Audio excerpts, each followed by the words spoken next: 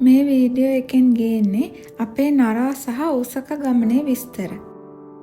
නරා වලට අපි යද්දි ලන්ච් ටයිම් එකත් පහුවෙලා. එහෙදි අපි මුලින්ම ගියේ මවුන්ට් වගකුසා පාමුල තියෙන ෆේමස් ඩියර් පාක් එකට. 1880 විතර එස්ටැබ්ලිෂ් කරපු මේ ඩියර් පාක් එක අක්කර 500ක් විතර විශාලයි.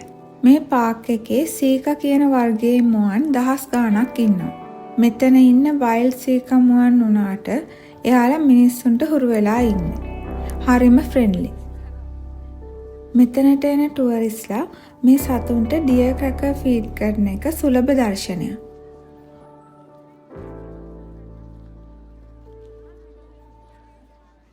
ඩියර් පාක් එකට පස්සේ අපි එතනම තියෙන ටොඩයිජි ටෙම්පල් එක බලන්න ගියා.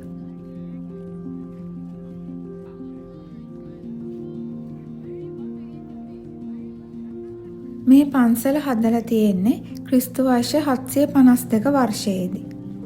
ටොඩයිජි ටෙම්පල් එකට ඇතුල් වෙන්නේ නම් ඩයිමොන්ඩ් ගේට් එකෙන්. මේ ගේට් එක හදලා තියෙන්නේ වුඩන් පිලර්ස් 18ක් උදව් කරගෙන. ජපනීස් යෙන් 10 කොයින් එකේ කාව් කරලා තියෙන්නේ මේ පන්සලේ රූපයක්. මේ ටොඩයිජි ටෙම්පල් එකේ ඩයිබුට්සුඩෙන් කියන මේන් හෝල් එක ලෝකයේ තියෙන විශාලම වුඩන් බිල්ඩින්ග්ස් වලින් එකක්.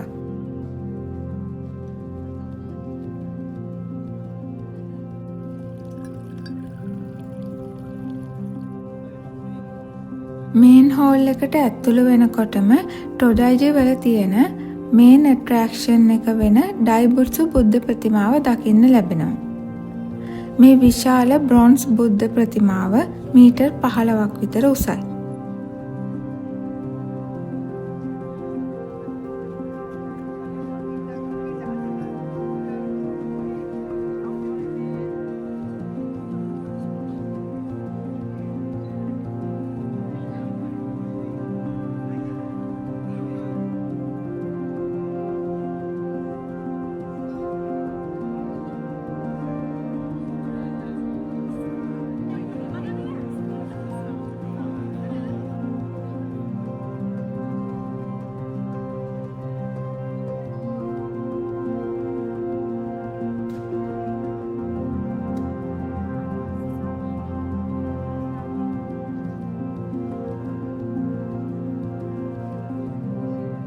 මේ උස ලී කණුවේ තියෙන සිදුර බුද්ධ ප්‍රතිමාවේ නොස්ට්‍රිල් එකක සයිස් එකට සමානයි. මේක තුලින් රිංගලා ගියොත් ආයුෂ වැඩි වෙනවා කියලා විශ්වාස කරනවා. දැන් අපි ටොඩයිජි ටෙම්පල් එක බලලා ඉවර වෙලා ස්ටේෂන් එකට යන ගමන්.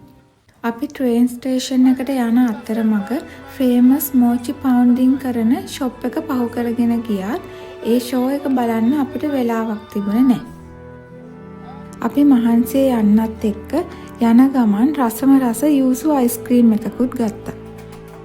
අපි දැන් මේ ඉන්නේ ඔසක කාසල් එක තියෙන තැන. වෙලාව හවස 5ට විතර ඇති. සුදු පාට බිත්ති, කොළ පාට වහලක් සහ රත්තරන් පාට සියුම් ඩීටේල්ස් සහිත ඔසක කාසල් එකට ඈත ඉඳන්ම අඳුර ගන්න පුළුවන් යුනීක් ලස්සනක් තියෙනවා. ඉර බහින වෙලාවේදී කාසල් එක දවල් කාලයටත් වඩා ලස්සනයි. අපි කාසල් එක බලලා ඉවර වෙලා කළුවර වැටෙනකන්ම ඕසක කාසල් එකේ ගාඩන් එකේ ඇවිද හිටියා. මේ තියෙන්නේ ඕසක කාසල් ගාඩන් එකේ තියෙන ටයිම් කැප්සූල් එක. 1970 ජපානයේ තිබුණු වර්ල්ඩ් එක්ස්පෝ එකේදී හදපු මේ කැප්සූල් එකේ 20th century එකේ ඩේලි ලයිෆ්, ටෙක්නොලොජි, ආර්ට්ස් හා කල්චර් එකට අදාළ භාණ්ඩ තැන්පත් කරලා තියෙනවා. 1970 ඉඳන් අවුරුදු 1000කට පස්සේ ඕපන් කරන්න බලාපොරොත්තු වෙන මේ කැප්සූල් එකේ අරමුණ අනාගත ලෝකයට 20 වෙනි සියවසේ ඉතිහාසය ගැන ස්නැප්ෂොට් එකක් ලබා දෙන එක. රෑ වෙද්දි මේ කාසල් එකේ රිෆ්ලෙක්ෂන් එක එතන ඉස්සරහ තියෙන පොන්ඩ් එකට වැටුනම තිබුණ අමුතුම ආකර්ෂණීය බවක්.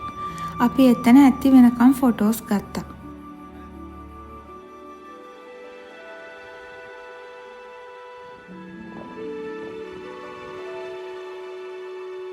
ඊළඟට අපි ගියේ ඩොටන් බෝරි වලට.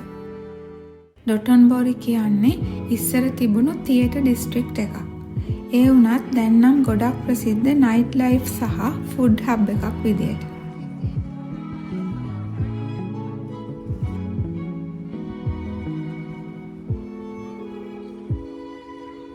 අපි දැන් මේ යන්නේ ඩොටොන්බෝරි වල තියෙන හරිම ක්වයට් ඇලිවේස් වලින්. ගල් අතුරල හදලා තියෙන මේ නැරෝ පාරවල් වල ට්‍රැඩිෂනල් ෂොප්ස් සහ රෙස්ටොරන්ට්ස් ගොඩාක් දැක ගන්න පුළුවන්. දැන් මේ අපි ඇවිදගෙන යන්නේ ට්‍රැඩිෂනල් සහ මොඩර්න් ඩොටොන්බෝරි කනෙක්ට් කරන එබිසුබාෂි ෂොපිං ස්ට්‍රීට් එක දිගේ. මේ ස්ට්‍රීට් එක ඉවර වෙද්දී අපිට මේ ෆේමස් ග්ලයිකෝ රනින් මෑන් ඉන්න විශාල සයින් එක හම්බ වෙනවා. මේ සයින් එක 1935 ඉඳන් අවුරුදු 80කට වඩා මෙතන ප්‍රදර්ශනය කරනවා. ග්ලයිකෝ කියන්නේ පෝකි කියන චොක්ලට් කවර්ඩ් බිස්කට් ස්ටික්ස් හදන කම්පැනි එක. ග්ලයිකෝ මෑන් කියන්නේ හරියට ඩොටොන්බෝරි වල අන්ඔෆිෂල් මැස්කොට් එක වගේ.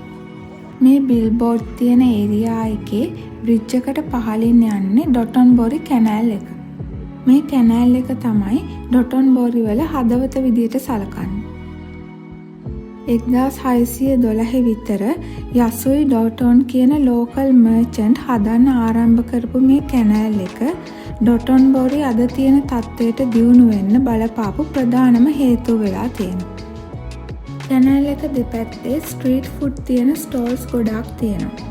ඔසකා වල ෆේමස්ම ස්ට්‍රීට් ෆුඩ් එක වෙන්නේ ඔක්ටෝපස් වලින් හදන ටකොයකි. අපිට වෙලාව මදි වුණ නිසා ඕසකා වලදී නම් ටකොයකි කාලා බලන්න හම්බ වුණේ නැහැ. හැබැයි අපි ටෝකියෝ වලදී මේ රසම රස ස්ට්‍රීට් ෆුඩ් එක try කරලා බැලුවා. ඒ ගැන විස්තර ඉස්සරහදී වීඩියෝ එකක අරගෙන එන්න. අද අපි අපේ දවස් 4ක හිරෝෂිමා, කියෝතෝ, ඕසකා ගමන ඉවර කරලා ආයිමත් ටෝකියෝ වලට යනවා. ඒ විස්තර ඊළඟ වීඩියෝ එකකින් අරගෙන එන්න.